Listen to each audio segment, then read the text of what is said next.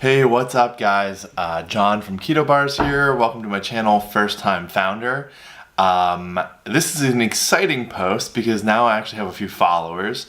Most of you found me after listening to my podcast with Keto Connect that I did. Well, I did it about a month ago or a little bit longer actually, but it was just posted on Sunday. So this past week. And I wanted to, first of all, say welcome. Thanks for joining me. I know I basically went from no followers to, I don't know, I have like 20 some at this point, which is totally cool. But yeah, it's awesome to have you guys. Fun to get the ball rolling, and I'm looking forward to our interactions in the future.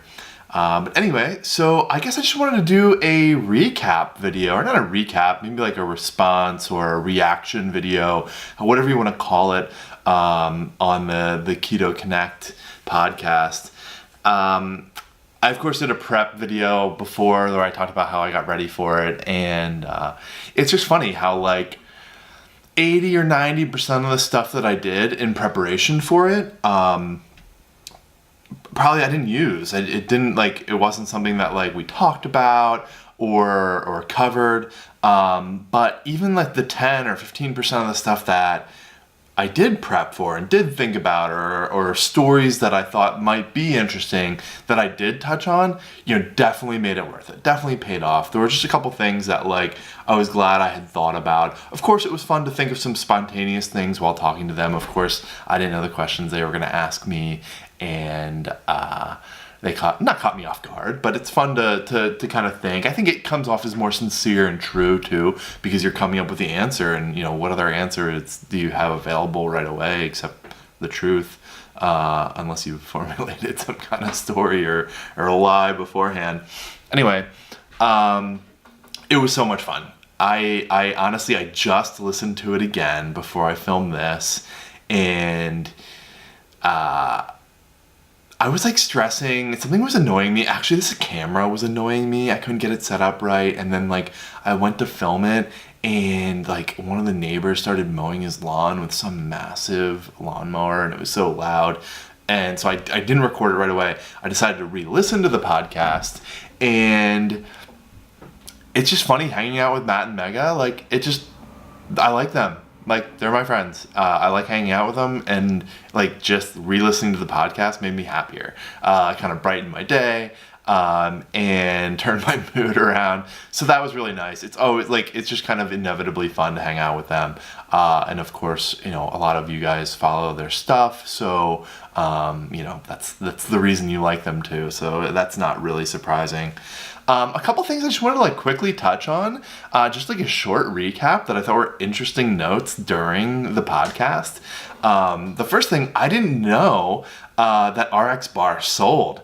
And I Googled it after talking to them. They thought like $500 million to craft. I quick did a Google search, and RX bar sold to Kellogg's for $600 million.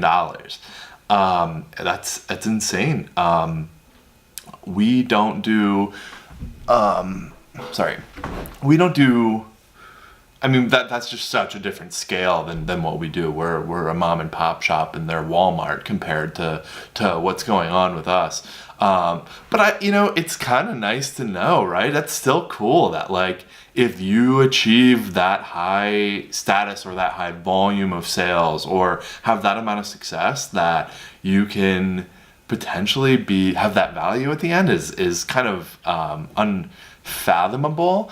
And it's not something I'm gonna like sit around and be like, all right, what's our path to $600 million? Not that I want to discount anything and say that's not possible. But we'll work on our next step before we work on 20 steps forward. But just kind of an interesting note that I did not know. I guess I should keep a closer pulse on the bar industry. They asked me what my end game is for Keto Bars, and I told them that it's been a fun ride. I don't want to get off. We're growing so much and stuff like that, and it actually like, I think it's forcing me to think a little bit more. I think I want to keep that always on my mind, but it's probably like a topic that I'll touch on more frequently in these videos, thinking like as we progress and as we grow, that's always going to be an ongoing thing. You're always going to change your sites. And once you get one accomplishment, you kind of get ready to move on to the next. So I want to touch on that a little more frequently and just kind of talk about it. And maybe when I adjust, maybe when I make changes, or have different thoughts or whatever on that. So yeah. It was fun talking about Reddit. Of course, I've done a post about how I launched on Reddit and on the Keto subreddit and how they were really cool to me. But the truth is, I didn't know that Matt and Mega started posting their first stuff on Reddit too. So if you're on the Keto subreddit, good looking out. Like, you guys rule. I mean, it's a community, so I partake in it. So, I like to upvote people that have success or have different things that they're trying to do or building websites or all that. So I try to participate in that stuff too. But just really, really cool stuff. It's awesome. That humble beginnings, and they have such a long road. Like, they've only been doing this for, I don't know, less than, I think 2 years, but like, they are having massive success. And to think that, everybody starts somewhere, and we both started on Reddit. That's really cool. Matt mentioned cryptocurrency. We didn't talk about it. I won't go deep because that, I feel like, has been spammed at us a lot lately. But just a funny side note, I've been kind of into cryptocurrency. I've at least paid attention for a couple years, and one of the things, we've been accepting it on ketobars.com since late 2014, or like right at the new year of 2015. So we've been getting people that have been paying with Bitcoin for a couple of years now. So we've always had our pulse on that a little bit, nothing over the top, but kind of a fun discussion in itself. They asked a lot about ingredients, and I talked about the soluble corn fiber. I would love to know, like, if, and I don't know if I have a big enough following that I'll get a ton of comments, but like, I'd be curious to hear what you guys' opinion is on soluble corn fiber or the other fiber syrups. It turns out just this past week, or in the past 2 weeks, that the IMO, which is the isomalto-oligosaccharides that Quest used to use, and that a lot of their competitors or rip-off competitors are now using, I think I just read that the FDA is no longer letting people count that as fiber. So you can't, so you're not supposed to subtract that for net carbs. So Quest moved on. They're using soluble corn fiber, which did make the cut. So they're fine. But there's a lot of copycats out there that are going to have a little bit of an issue. But yeah, do you guys pay attention to that stuff? Is that super important to you? Is that a negative, a positive? Do you not even pay attention? You take the company's word for it? Like, if you have an opinion and you want to let us know, leave it in the comments. I'd love to see. One of the comments I really liked from Matt was he talked about, and I'm sure I could have Googled the quote. He said something about bearing as much responsibility as possible and being able to handle it. And when I talked about how much I stress at Keto Bars, especially on like the bad days or long days or days that we have to make really tough decisions, I thought that was a really cool quote, that life is trying to accumulate as much responsibility as you can while bearing that responsibility, while being able to keep up, because obviously everyone has a breaking point. And when I watch certain people with the amount of pressure and stuff that they have going on in their lives, it's kind of amazing. And I think that doesn't really have to do with business so much. I think I feel the same way if I see like a single mom with 5 kids that are all under the age of 10 or something, and I look at them, and I don't have any kids, but I look at that and I'm like, wow, like that is an impressive feat. It is hard for me to imagine, and like that's a lot of responsibility. And then on the complete opposite end, I think of someone like Elon Musk, or all these other guys that are people that are worth billions of dollars. They could just quit, live on a beach, have an entire staff, take care of them. They can do whatever they want. But instead, they go to work for 50, 60, 70 hours a week. You hear about them sleeping in their desks, like all this different stuff. And I'm thinking, man, the person that has achieved what most of the world thinks is the ultimate success. Like, they're so rich they could never spend that amount of money in multiple lifetimes. And when we do make that association, we immediately think of like retirement and quitting and spending time with our family and relaxing. And there's just this whole other breed of CEO or entrepreneurs that just keep on going, and they go and they go and they go, and it's just in their DNA to keep that going.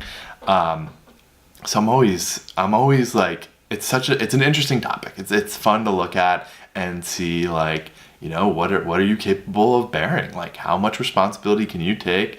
What level do you crack? And yeah, just an interesting thought. And then the last note I kind of made while listening to it was, I talked about how I stress a lot and how I stress the good as much as I stress the bad. And that has been a really common theme for keto bars over the past couple years. When I launched, I made 40 bars by hand in my kitchen. That's 15 feet over this way.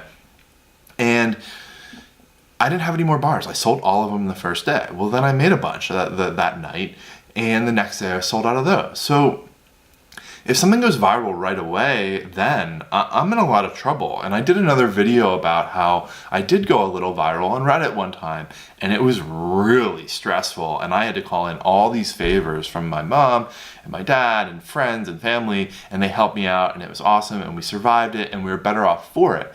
But that doesn't make that not serious. So in my example in the podcast, I talked about, like, if Oprah talked about our bars, like, that would devastate us. So, like, yes, it's a good thing. Would I love for her to say something about our bars one day? Absolutely. But if you don't have that infrastructure, if you don't have the product and the capacity, it's basically all for nothing. It's a nightmare if people order. If I get 1 million orders tonight, they're all going to go through. Then I have to cancel almost all of them because we can't fulfill them. Then you have support emails, all this different stuff. And it can be really tough. And then, of course, bad things happening. So, of course, the example I gave was our freezer broke one time, our walk-in freezer. But, like, you know, there's a million things that can go wrong, right? You can get a bad batch, like someone screwed up the measuring the ingredients, have to throw that all away. You can screw up labels and have to throw them all away. Packaging, all this different stuff. So, yeah, it's just funny. It's funny how stress I never seem to escape it. But yeah, so that's it. That's all I wanted to do was quick recap. Matt and Mega, if you're watching this, like, what's up? It was so fun hanging out. Looking forward to the next time. And everybody else that just joined me, thanks. Looking forward to hanging out with you guys as well. See ya.